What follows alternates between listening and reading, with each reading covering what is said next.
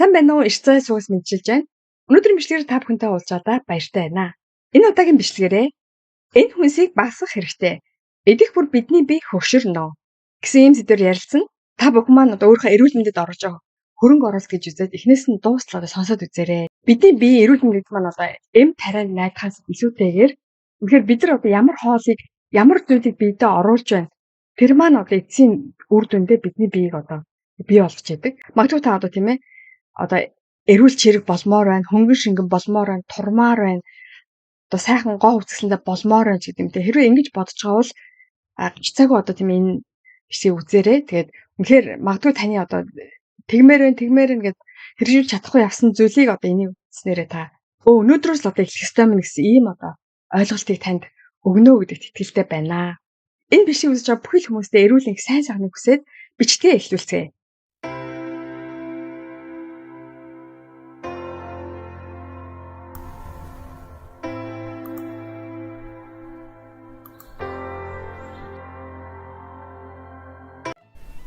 Уралтай хоолоос илүү аюултай хорт хавдар мартах зүйн хөвчнийг үүсгэдэг энэ хоол хүнсийн тухай та мэдэх үү? Энэ бишид 3-аас илүү аюултай хорт хавдар мартах зүйн хөвчөнд хамгийн муу 5 хоол хүнсийн тухай ярина. Хорт хавдар сэтгцэн эмгээс урьдчилан сэргийлж бидний эрүүл мэндэд сайн, амьдралыг урьдчилах хамгийн сайн хоолны дэглэмийг танилцуулах болно. Та бэлэн үү? Бичлэгээ эхэлцгээе. Сүүлийн үед хорт хавдар мартах зүйн хөвчтэй хүмүүсийн тоо нэмэгдсээр байна. Зөвхөн дундаж олон өндөр насан ч гэлтгүй. 20-30 насны залуучууд тусч байна. Асуудал нь хорт хавдар мартах өвчин бидний бүрэн шийдэж чадаагүй өвчин юм а. Дэлхийд даяар тоо томшгүй олон эмч судлаачид хорт хавдар мартах зүйн хөвчнийг ялан дийлэхийн тулд ууггүй зүтгэсний үр дүнд энэ өвчнөд үүсэж байгаа хамгийн том шалтгааныг олсон гэх сайхан мэдээ сонсогдож байна. Гэсэн хэдиж бүрэн шийдэгдэх хүртэл бид бие махбодоо хамгаалах нь зүйтэй. Зөв хоолны дэглэм барих нь хорт хавдараас урьдчилан сэргийлэх хамгийн чухал зүйлсийн нэг. Тиймээс өнөөдөр энэ мэдээллийн талаар бэлтлээ. Хорт хавдар мартах зүйн хөвчөнд хамгийн муу 5 хоол хүнс ба хорт хавдар сэтгцийн өөрчлөлтөөс урьдчилан сэргийлж бидний насыг уртасгах 5 шилдэг хоолны дэглэм нь танд тус болно гэдэгт найдаж байна. Инсулины эсэргүүцэл нь үүндээ бидний хамгийн их хайдаг бүх төрлийн өвчний их сурвалж юм а. Цусны даралт ихсэх, чихрийн шижин, хорт хавдар, мартах өвчин зэргийн үндсэн шалтгаан нь инсулины эсэргүүцлээс болдог. Инсулины эсрүүцэл ихсэх шалтгаан нь элгийг өөгдлүүлдэг цэвэршүүлсэн нүүрс устай хоол хүнс, боловсруулсан хоол хүнсийг байнга ихээр хэрэглэх зуршил юм а. Бид энэ зуршлаа өөрчлөхгүй бол баталгаатайгаар эрүүл мэндээ хамгаалж чадахгүй. Хорт хавдар мартах зүйн хөвчнийг эм уух юм уу, месаслын аргаар эмчилгэхээс илүү өвчин үүсгдэг хоолны дэглэмээ өөрчлөх нь бидний хувьд илүү хялбар бөгөөд аюулгүй юм а. Бидний эрүүл мэнд өнөөдөр таны идэж байгаа зүйлийн үр дүн юм а. Инсулины эсрүүцлийг нэмэгдүүлдэг хоол хүнсийг байнга хэтрүүлэн идвэл бүх бие маань архаг үрвслээр дүүрэн болно. Үрвсэл нь эцэстээ бидний эд эсийг устгаж хорт хавдар мартах өвчнийг үүсгэдэг. Хорт хавдар ба мартах зүйн хөвчөнд хамгийн муу хоол хүнс ба хамгийн сайн 5 хоолны дэглэмийг танилцуулъя. 1-дүгээрт хорт хавдар мартах зүйн хөвчөнд хамгийн муу хоол хүнс. Энэ бол сахар элсэн чихэр. Сахар бол бидний эрүүл мэндэд муу бөгөөд хамгийн түрүүнд татгалзах ёстой хоол хүнс юм а. Бүх өвчний үндсэн шалтгаан болох инсулины эсэргүүцэл нь үндэ элсэн чихэр хит их хэрэглэнээс үүдсэн байдаг. Асуудал нь бид хичнээн хэмжээний сахар хэрэглэж байгаагаа мэддэггүй. Шүлд хуурганд сахар хийн, мөн хачирт сахар хийн. Талхан дээрээ элсэн чихэр түрхэж идэнэ. Чихэртэй зайрмаг, кофе, печень болон бидний иддэг ихэнх зүйл элсэн чихэр орсон байдаг. Үнэхээр ноцтой хэмжээнд хүртлээр сахарыг маш ихээр хэрэглэж байна. Чихрийн хэрэглээ буурахгүй, харин ч бүр байнга нэмэгдэж байна. Тэгвэл яагаад элсэн чихэр бидний биед муу байдаг юм болоо? Учрыг нь олж мэдье. Сахар нь хагас глюкоз, хагас фруктоз агуулсан хүнс юм а. Асуудал нь энэ өдрийн гол дүр болох фруктоз юм. Хэрв та фруктозыг энергийн хэрэгцээнээс хэтрүүлэн хэрэглэвэл үүндээ таны биед хорт бодисын үүрэг гүйцэтгэнэ. Глюкоз нь бидний биеийн хаасайгүй хэрэглэгддэг эрчим хүчний гол их үүсвэр юм. Тиймээс тархины булчингийн бүх эсүүд глюкозыг шууд хэрэглэж болно. Гэвч фруктоз нь шууд хэрэглэх боломжгүй. Элгээр дамжин явах ёстой бөгөөд элэг нь фруктозыг глюкоз болгон хувиргадаг. Бид цагаан будаа, гурилтай хоол их идвэл бидний бие глюкозоор дүүрнэ. Цусандаг сахар хэмжээ их болж байна гэсэн үг. Энэ үед элэг нь фруктозыг глюкоз болгон хувиргах шаардлагагүй болно. Учир нь аль хэдийн хит их сахар байгаа учраас элэг нь фруктозыг глюкоз болгон хувирахын оронд өөх тос хэлбэрээр хадгалдаг. Энэ нь элэгний өөх тос болно. Асуудал нь элгэнд хоригдлогдсон өөх тосыг хэрэглэж чадахгүй байсаар энэ нь овоологдож элэг нь өөхөөр дүүрнэ. Эцэст нь өөх тосоор дүүрсэн элэг нь дахиж фруктозыг хадгалах чадваргүй болж тэр глицерид үүсгэж бүх биед илгээгдэнэ. Тэр глицерид гэдэг нь өөхний хүчил болон глицеролийн нийлбэр юм а. Цусны судснууд ч мөн тэр глицеридээр дүүрэн болно. Тийм учраас гиперлипидеми үүсч цусны даралт ихснэ. Мөн жин нэмэгдэж хэвлийгээр таргалах шалтгаан болж инсулиний эсрэгцэл нэмэгдэж бүх бие нь архаг өрөвсөлт хэлбэр шилждэг. Өөрөөр хэлбэл бидний бие хөгшөрч байна гэсэн үг вэ. Хэрвээ энэ нөхцөл байдал удаан хугацаагаар үргэлжилбэл тухайн хүний эрүүл мэндийн нөхцөл байдлаар шалтгаалan биеийн хамгийн сул хэсгээс эхлэн асуудал үүсдэг.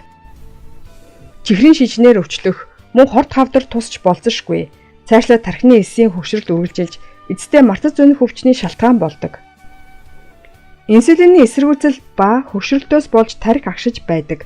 Сахар ихэдлээгээд шууд том асуудал үүсэхгүй. Гэвч эцэст нь фруктоз цэмээг хорт бодисыг шингэн гадагшлуулж чадахгүй бол бидний биед өөх тос болон хадгалагдана. Хуримтлагцаар эцэст нь асуудал дэлбэрэх тул сахар бидний биед муу юм а. Хорт хавдартай өвчтнүүд нэмэгдэж байгаа нь даруй фруктозын хэрэглээ нэмэгдсэнтэй холбоотой юм. Бидний хоолны дэглэмд цэвэрсүүлсэн нүүрс ус болох цагаан будаа, гурлан бүтээгдэхүүнүүд байдаг бөгөөд фруктозыг илүү үхлийн аюултай хоол болгон хуурайчихсан.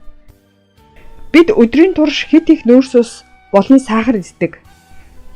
Нэг аяг холимог кофе зэргийг уувал зүгээр байлгүй дээ гэж бодож байгаа хүмүүс олон байхаа. Мэдээж зүгээр байж болно. Гэвч өнөөдөр юу идсэн бэ гэдгээ нэг бодоод үзье. Сахар ороогүй хүнс хэр их байсан бэ? Хэр их нүүрс ус идсэн бэ гэдгээ ажиглаад үзвэл илүү сайн дүгнэлт гаргаж чаднаа. Бид идэж буй хоол хүнсээ тус тус нь үнэлэх бус нийтэд нь харж ихэвчлэн юу идэж байгаа ерөнхий том зургаар харах хэрэгтэй. Тэгэхээр бид ямар хоолны дэглэм барьж байна вэ? Бидэнд ямар хоолны дэглэм хэрэгтэй вэ?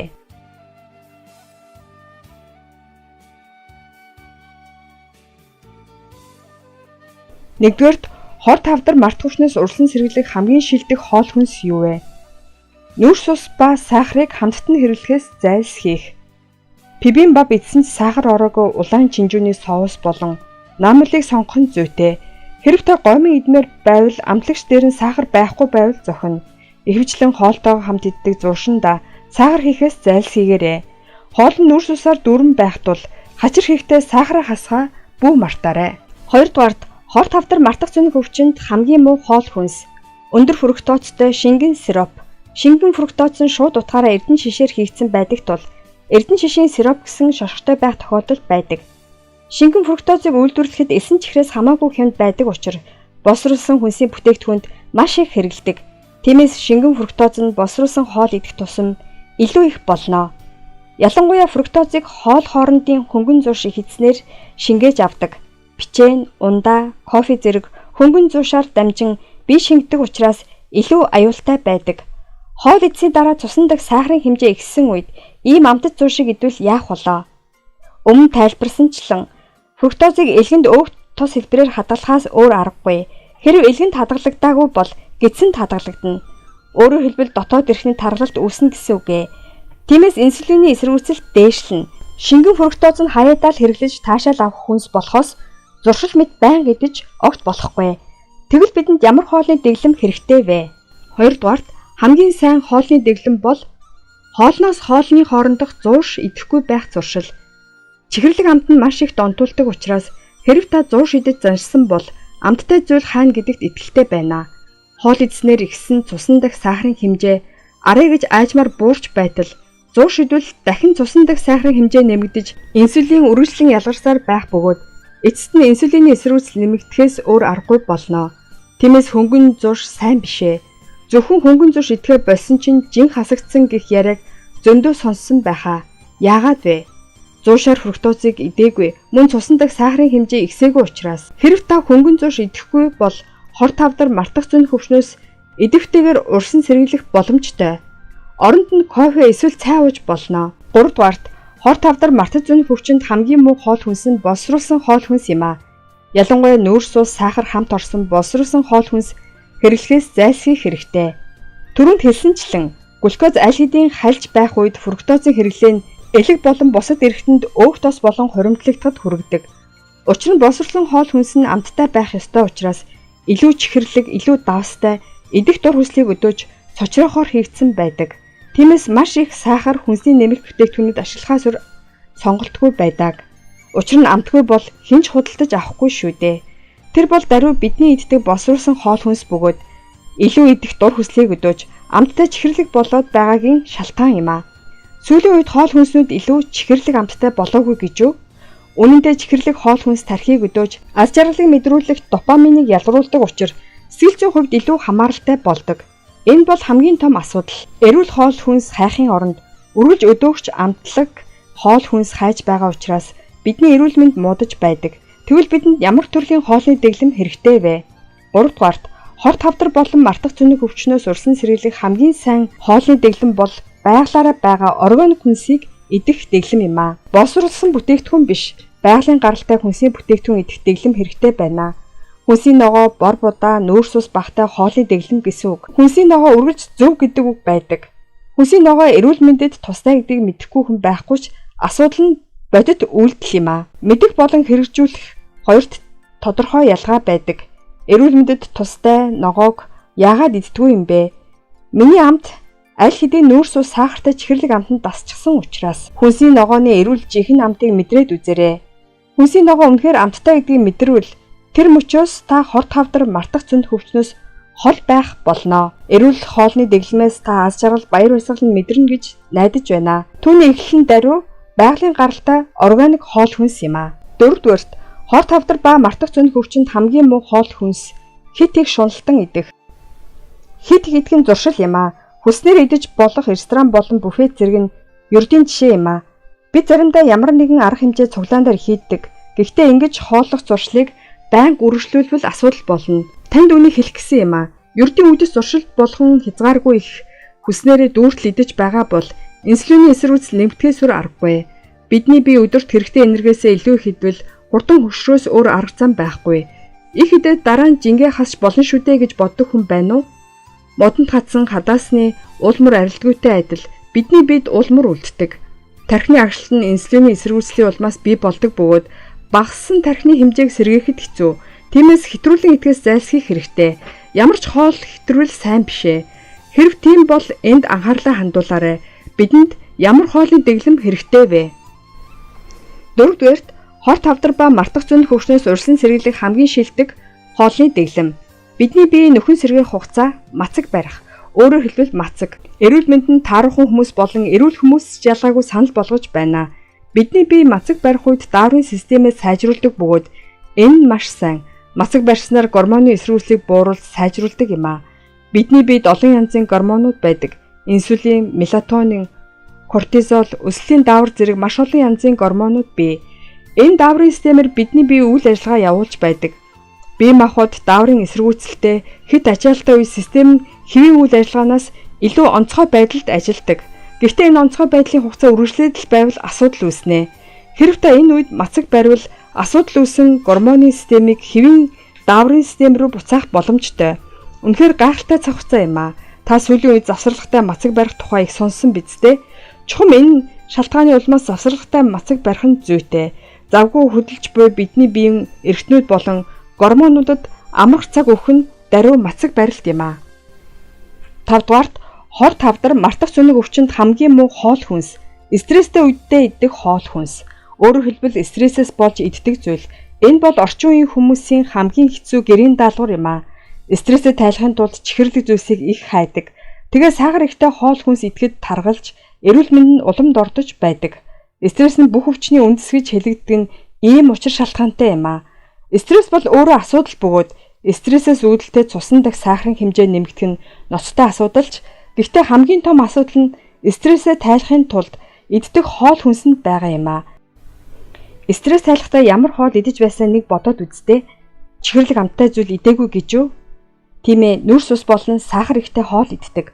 Учир нь сахар допаминыг өдөөж энэ нь таныг баярлуулах сайхан мэдрэмж төрүүлдэг. Богино хугацаанд энэхүү стрессээ тайлдаг. Гэхдээ чихэрлэг зүйл идсэний дараа удахгүй дахиад л муухай мэдрэмж төрдөг. Цусан дахь сахарын хэмжээ буурч дахиад л чихэрлэг хоол хүнс хайж эхэлнэ. Энэ харгас мөчлөг үргэлжилсээр байна. ийм мөчлөгөөс хол байх хэрэгтэй. Тэгж байж хор тавдар мартаж зүүн хөвчнөөс урьдчилан сэргийлэх боломжтой. 5 дугаарт тэгвэл бидэнд ямар хоол хэрэгтэй вэ? Стресс тайлах сайн бусад хоол хүнсийг мэддэг байх ёстой. Ер нь хүмүүс амьдрах явцдаа стрессгүй байна гэж үгүй. Үргэлж эрэг талаас нь харж аз жаргалтай, зурсгэлтэй байх нь чухалч стресс үедээ түүнийг тайлах зорилгоор идэх хоол хүнсийг тодорхой мэдэж байвал чигэрлэг зүйл идэх зуршлаа өөрчилж чадна. Тиймээс санал болгож буй хоол хүнс бол даруй, хар шоколад, урамлын гаралтай цай юм а. Нэгдүгürt хар шоколадны гашуун чихэрлэг амт нь стресс сайн, бас какаоны найрлага өндөртэй учраас хамгийн шилдэг юм а. Хар шоколад нь антиоксидант, полифенолууд, флавоноидор, баялаг учир, зүрх судасны өвчин ба хор тавдар мартах зүүнх өвчнөөс урьдчилан сэргийлэхэд маш үр дүнтэй байдаг. Какао цусны даралтыг бууруулж, цус харуулт болон зүрхний шигдээс үүсэх эрсдлийг бууруулах нөлөө нь маш сайн. Цаашдвал какао дахь полифенолын агуулмж идэвхтэй хүчил төрөгчийг зайлуулж, эсрэлтээс урьдчилан сэргийлэх замаар хөршилтөөс урьдчилан сэргийлж, насан туршидчдын өвчнөөс урьдчилан сэргийлэх хамгийн сайн антиоксидант юм а. Тиймээс стрессгүй үед бусад амтд хоол хүнс гэлгүй. Какаоны өндөр агуулмжтай бараан өнгөтэй шоколадыг амтлаад үзээрэй. Какаоны агуулмж өндөр байх тусам эрүүл мэндэд тустай. Какаоны хувийг нь шалгаад үзээрэй. 2 дугаарт урамлын гаралтай цай нь стрессийг тайлахад маш сайн байдаг. Камомайл, лаванда зэрэг урамлын гаралтай цай нь тайвшруулан стресс тайлж, сайн унтахад тусалдаг. Сэтгэлийн амар амгалангийн төлөө байнга хэрэглэж байгаарай. Хор тавдараас урьдчилан сэргийлэхэд хамгийн муу 5 төрлийн хоол хүнс, хамгийн шилдэг 5 төрлийн хоолны дэглэмийн тухай олж мэдлээ. Хамт байсанд маш их баярлалаа. Байнга санаж яваарай. Хор тавдар болон мартах зүүнх өвчнөөс урьдчилан сэргийлж, улам бүр эрүүл сарвал амьдраарай гэж хүсье. Өвсгөл хамт байсан танд баярлалаа. Хэрвээ энэ бичлэг танд таалагдсан бол хайртай дотны гэр бүл, найз нөхөд, сонсоосоо гэж хүсэн бүхий л хүмүүстээ түгээгээрэй. Баярлалаа. Баяртай. Та цаг хугацаанд нь амьдралдаа хэрэгтэй бас сонирхолтой мэдээлэл хүлээн авъя гэвэл subscribe-ийг дарж миний YouTube сувагт бүртгүүлнэ үү. Мөн лайк дараад хэрэгтэй хүнд нь шеэр хийж цааш түгээнэ үү. Баярлалаа.